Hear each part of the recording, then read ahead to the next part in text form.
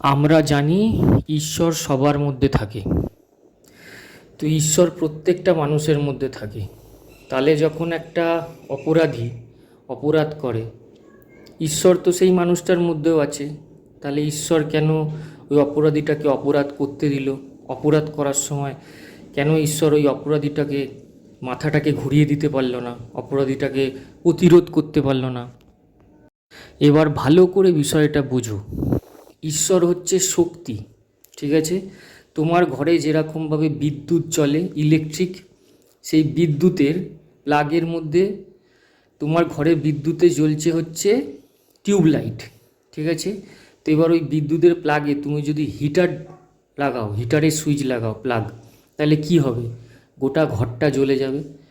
ঠিক সেরকমভাবে ঈশ্বর শক্তিরূপে তোমার মধ্যে থাকে। এবার এটা সম্পূর্ণ তোমার উপরে নির্ভর করছে যে তুমি ওই শক্তি দিয়ে নিজেকে একটা ভালো মানুষ তৈরি করবে, নাকি নিজেকে একটা ধ্বংসপ্রবণ মানুষের পরিণত করবে। এটা তোমার উপরে।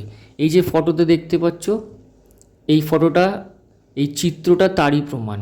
ঈশ্বরের শক্তি দিয়ে তুমি এই ধারের একটা সুন্দর মানুষ হবে, নাকি ও পারের একটা অন্ধকারের মানুষ হবে।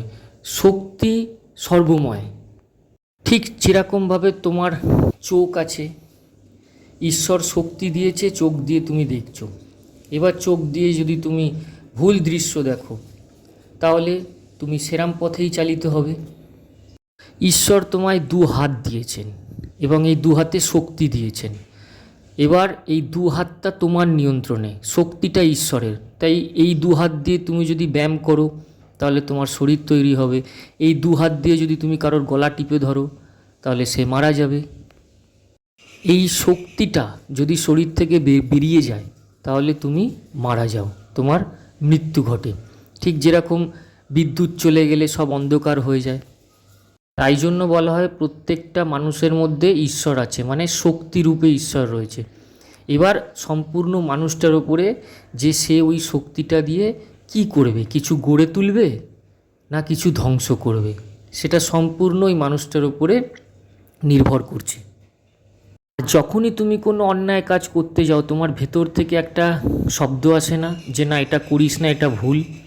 তো ওই যে যেটা বলছে সেটা ঈশ্বর তোমাকে একবার বলে দিল, কিন্তু তুমি শুনলে না, না শুনে তুমি অন্যায় করে দিলে। তাহলে এই অন্যায়ের ভাগীদারি একান্ত তুমি। ঈশ্বরের এখানে কোনো দোষ নেই। ঈশ্বর বলেছিল তোমাকে, ভেতর থেকে আওয়াজ এসেছিল করিস না।